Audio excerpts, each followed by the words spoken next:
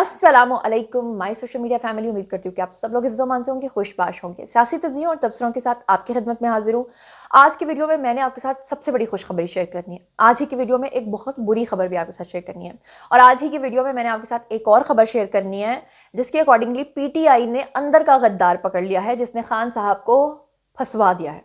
वो अंदर का गद्दार कौन है? इनकी एक मीटिंग हुई है, एक इजलास हुआ है, उस इजलास की अंदरूनी कहानी क्या है वो भी आज के वीडियो में आपको बताऊंगी। तो चलिए जनाब शुरू करते हैं पहली खबर से। अच्छा जी, तो अब जो सबसे पहली खबर आपके साथ शेयर करने जा रही हूँ, मैंने सोचा कि बुरी बुरी खबरों से आगाज़ करने के बजाय बेहतर है कि आपके साथ पहले अच्छी खबरें जो हैं वो शेयर की जाएं। तो अच्छी खबरों का आगाज़ जो है, और पहली खुशखबरी जो आपके साथ शेयर करने जा रही हूँ, ज़रा मुलाहिज़ा फरमाइए। खुशखबरी ये है कि पाकिस्तान जो है वो digital foreign direct investment initiative अपनाने वाला पहला मुल्क बन गया है। और इसके ऊपर शहबाज शरीफ जो हैं उन्होंने बड़ी खुशी का इजहार किया है, और इस पर खैर मकदम जो है उन्होंने इसे कहा है।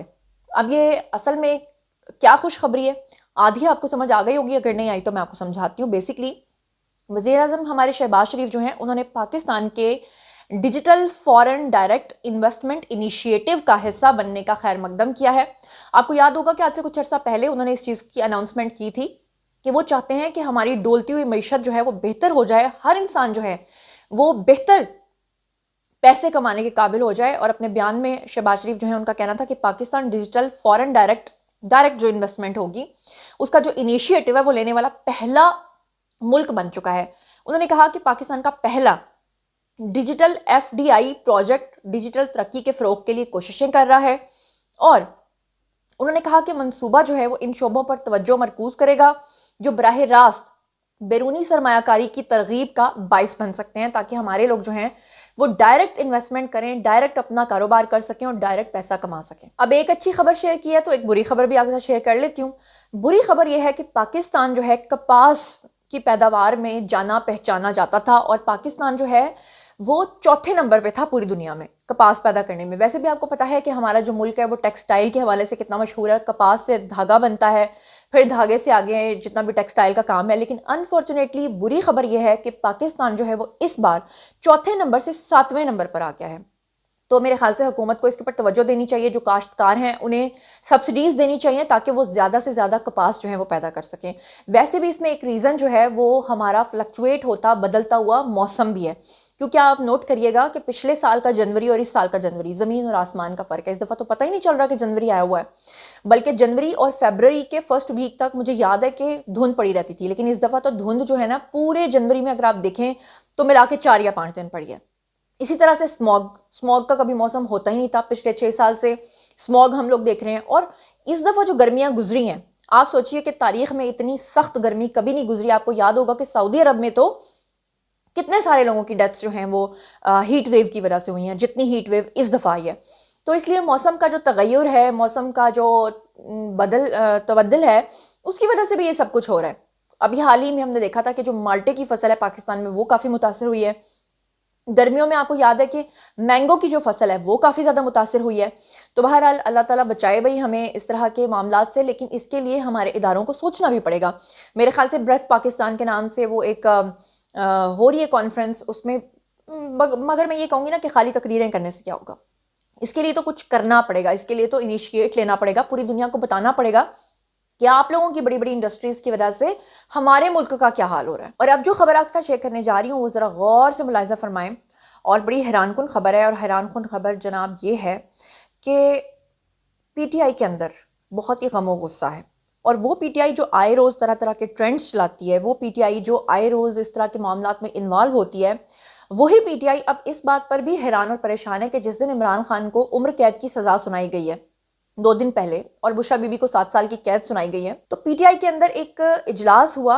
और इजलास की जो अंदरूनी कहानी है, खासतौर पे इस बात पे जो गम और गुस्सा पाया गया कि इमरान खान को सज़ा सुनाए जाने के बाद मुल्क गिर हड़तालें क्यों नहीं की, जलसे जुलूस क्यों नहीं किए गए। और ख़ास तौर पे PTI वालों को एक बंदे के ऊपर शक था कि जो उन्हें लगता था कि उनकी पार्टी के अंदर गलत काम कर रहा है और इमरान खान को फंसवाने वाला वो शख्स है। और फाइनली फिर वहाँ पर बैठकर उस बंदे का नाम लिया गया, और वो PTI का कौन सा मशहूर बंदा निकला जिसको उन्होंने अंदर का टाउट बन के पकड़ा। चलिए मैं आपके सामने उसकी तफसीलात जो है वो रख देती हूँ, और अंदरूनी इजलास की पूरी कहानी जो है वो भी आपके सामने रख देती हूँ। चलिए अब ज़रा गौर से पूरी अंदरूनी कहानी जो है वो सुनिएगा کہ ذرائع کے مطابق جناب جی خبر یہ آئی ہے کہ جو شرکاء ہیں انہوں نے مذاکرات جو کیے ہیں اس پہ کور کمیٹی کو اعتماد پہ لینے پہ زور دیا تھا. ممبران نے کور کمیٹی اجلاس جو ہے وہ ہفتے میں ایک بار بلانے کی تجویز دی تھی. ذرائع کے مطابق کور کمیٹی اجلاس میں سلمان اکرم راجہ تھے, بریگیڈیئر ریٹائر مصدق تھے. القادر ٹرسٹ کیس پر بریفنگ جو ہے وہاں پر دی گئی, کیونکہ سلمان اکرم راجہ تو آپ کو پتہ ہے ویسے بھی لائر ہیں, اور اس حوالے سے انہوں نے القادر میں عمران خان کو کیا کیا سزائیں ہو سکتی تھیں, کیا کیا نہیں ہو سکتی تھیں, اس کے اوپر ساری بریفنگ دی. اس دوران سزا کے خلاف مظاہرہ نہ کرنے پر کور کمیٹی اجلاس میں تشویش کا اظہار کیا گیا, اور عالیہ حمزہ جو ہیں انہوں نے اس اجلاس کے اندر یہ کہا کہ عمران خان کو 14 سال کی سزا ہو گئی ہے, لیکن ہم نے اب تک کوئی احتجاج کیوں نہیں کیا. بریفنگ کے بجائے بتایا جائے کہ ہائی کورٹ میں فیصلہ کب چیلنج کیا جائے گا, یہ عالیہ حمزہ نے پوچھا اندر بیٹھ کے. عالیہ حمزہ نے یہ بھی کہا کہ ہمیں صرف بانیہ پی ٹی آئی کی رہائی چاہیے ہر صورت. اچھا خیر, کسی کی خواہش کے اوپر تو یہ سب کچھ نہیں ہو سکتا, لیکن انہوں نے یہ سب کچھ کہا. اس کے بعد کنول شوذب جو ہیں وہ بولی, اور انہوں نے کہا کہ جیل حکام جو ہیں وہ پارٹی چھوڑنے والوں کو بانیہ پی ٹی آئی کے ساتھ جگہ دے دیتے ہیں, اور پارٹی کے ساتھ کھڑے ہونے والوں کو کئی کئی گھنٹے انتظار کروایا جاتا ہے. سندھ سے پی ٹی آئی جو رہنما ہیں عالمگیر خان اور خرم شیر زمان, انہوں نے کراچی اور سندھ کے مسائل پارلیمنٹ میں اٹھانے کی استدعا کی, اور بتایا گیا جناب جی کہ کور کمیٹی کے ممبر لال ملہی ہیں, انہوں نے لیگل ٹیم سے لیگل سٹریٹجی کے اوپر اپڈیٹ مانگی. اور علی محمد خان جو ہیں انہوں نے فیصلے کو پارٹی سے چھپانے والے کا نام سامنے لانے کی استدعا کی. علی محمد خان نے کہا کہ بتائیں کہ وہ کون بندہ ہے جس نے عمران خان کی پیٹھ میں یہ چھرا گھونپا ہے, کون ہے جس نے اس فیصلے کو چھپایا ہے عمران خان سے, اور ساری ڈیٹیل جو ہے وہ نہیں سامنے لائی گئی. اس کے بعد جو یہ چیز کا مطالبہ کیا, یہ کیا جی شعیب شاہین نے, انہوں نے کہا کہ جج کے خلاف سپریم کورٹ کا فیصلہ چھپانے والے کا نام بتایا جائے.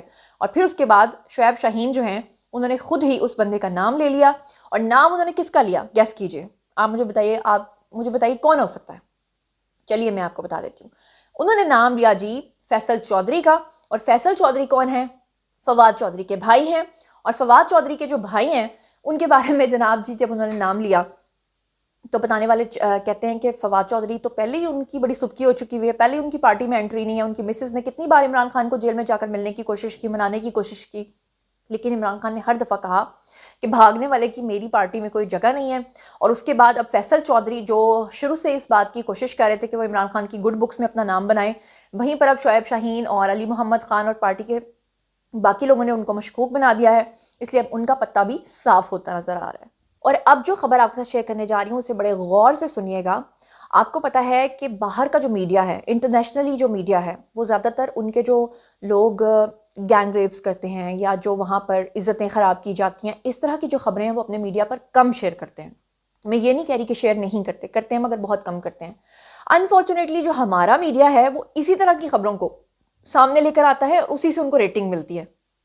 اب اس چیز کو لے کر پاکستانیوں کے اوپر اور مسلمانوں کے اوپر ایک الزام لگ رہا ہے کہ جناب یہ پاکستانی گرومنگ گینگ کے نام سے ان کو جو ہے برطانیہ میں اور ادھر ادھر بدنام کرنے کی کوشش کی جا رہی ہے, اور یہ کہا جا رہا ہے کہ باہر کے ممالک میں پاکستانیوں کو بین کرا دیا جائے. پاکستانیوں کے خلاف, مسلمانوں کے خلاف باقاعدہ طور پہ یہ کیمپین چلائی جا رہی ہے کہ جناب یہ سب کچھ کرواتے ہیں اور خدا نخواستہ چھوٹی بچیوں کے ساتھ یہ اس طرح کا سلوک کرتے ہیں. تو اس کے حوالے سے کچھ اعداد و شمار ہیں, کیونکہ میں اسپیکولیشنز پہ بات نہیں کروں گی, میں ثبوت کے ساتھ بات کروں گی. آپ کے سامنے اسکرین کے اوپر جو ہے یہ آپ کو نظر آ رہا ہے پورا میپ, جو بھی چیزیں ہیں یہ آپ کو نظر آ رہی ہیں. اب میں آپ کو سرکاری اعداد و شمار بتاتی ہوں, یہ میں اپنی کہانی نہیں آپ کو بتا رہی.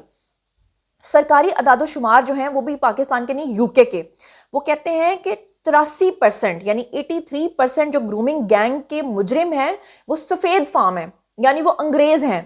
صرف 7% جو ہیں انہوں نے کہا اس میں سے ایشیائی لوگ ہیں, یعنی 83% میں سے 83% جو ہیں گورے ہیں, 7% جو ہیں وہ ایشیائی ہیں. اس میں سے بھی آگے جا کے جو پرسنٹیج آتی ہے نا پاکستانیوں کی, وہ صرف 2% ہے. اور گمراہ کن نسل پرست بیانیہ بنا کے پاکستانیوں کے خلاف بدنام کرنے کی کوشش کی جا رہی ہے. حالانکہ جنسی استحصال پوری دنیا کا مسئلہ ہے, اور جو لوگ یہ آواز اٹھاتے ہیں میرے خیال سے ان کو نیٹ فلکس بند کرنا چاہیے, ان کو گندی فلمیں بند کرنی چاہیے, ان کو گندے ویڈیوز بند کروانی چاہیے, نہ کہ پاکستانیوں یا مسلمانوں کا نام لے کر جو ہے وہ گندے اعداد و شمار جو ہے وہ شیئر کرنے چاہیے. میں نے ثبوت کے سامنے آپ کے سامنے رکھ دیا ہے جناب. یہ تھا آج کا ویڈیو. باری ہے جی آپ لوگوں کی, آئی کامنٹ سیکشن میں, اور مجھے بتائیے کہ آپ اس بارے میں کیا سوچتے سمجھتے ہیں. جو کچھ بھی آپ سوچتے سمجھتے ہیں شیئر کیجیے, پرسنلی جواب دوں گی. مزید خبریں, ولاگز, انٹرویوز اور سیاسی تجزیے جاننے کے لیے میرے ساتھ کنیکٹڈ رہنا ہرگز مت بھولیے گا. چینل کو سبسکرائب کر لیجیے گا. اپنا بہت خیال رکھیے گا. اللہ نگہبان.